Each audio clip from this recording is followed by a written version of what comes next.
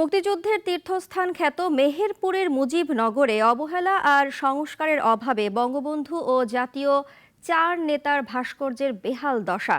চুরি গেছে বঙ্গবন্ধুর ভাস্কর্যের চশমা।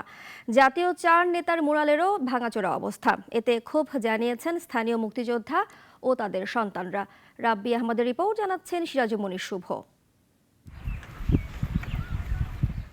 ঐতিহাসিক মুজিবনগর দিবস ঘিরে প্রতিবারের মতো এবারও সাজানো হয় মুক্তিযুদ্ধের তীর্থস্থান মুজিবনগর। জেলা জুড়ে দেখা যায় সাজ সাজ রব। তবে এবারও সংস্কার হয়নি বঙ্গবন্ধুসহ জাতীয় চার নেতার ভাস্কর্য। 1971 সালের 17 এপ্রিল মুজিবনগর উপজেলার বৈদ্যনাথ তলায় বাংলাদেশের প্রথম সরকার শপথ গ্রহণ করে। সেই ইতিহাস জীবন্ত রাখতেই নির্মাণ হয় ভাস্কর্য আর মুরাল। তবে স্বাধীনতার 53 বছরেও মুজিবনগর তার কাঙ্ক্ষিত রূপমর্যাদা পায়নি। তৈরির পর থেকেই অবহেলিত এই ভাস্কর্য। চুরি গেছে বঙ্গবন্ধুর ভাস্কর্যের চশমা। ভাঙাচোরা অবস্থায় রয়েছে জাতীয় চার নেতার মুরাল। চুরি হয়ে গেছে মানচিত্রের 60টি লাইট।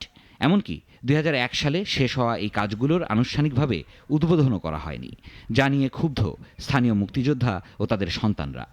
জাতির জনক বঙ্গবন্ধু শেখ মুজিবুর রহমান সহ যে নেতাগুলি আমি প্রায়ই দেখলাম তাদের চশমাগুলো ভাঙা।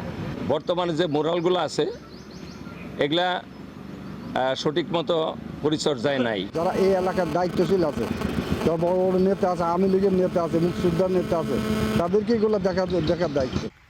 সংশ্লিষ্টরা বলছেন ভাস্কর্যে কোনো কিছু যোজন বিয়োজনের ক্ষমতা নেই তাদের। মুজিবনগর কমপ্লেক্সের বিষয়ে একটি উচ্চ পর্যায়ে কমিটি আছে। এখানে কোনো কিছু চেঞ্জ করতে হলে, সংযোজন বিয়োজন করতে হলে সেটা উচ্চ পর্যায়ে কমিটি পারে। তবে আপনাদের বিষয়টি আমি ঊর্ধ্বতন কর্তৃপক্ষে জানাতে পারবো। শুধু পরিকল্পনা নয়, দ্রুত বাস্তবায়ন দেখতে চান স্থানীয় মুক্তিযোদ্ধা, তাদের পরিবার সহ স্থানীয়রা।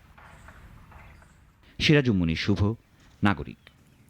ওয়ালটন এসিতে ইনস্টলেশন একদম ফ্রি।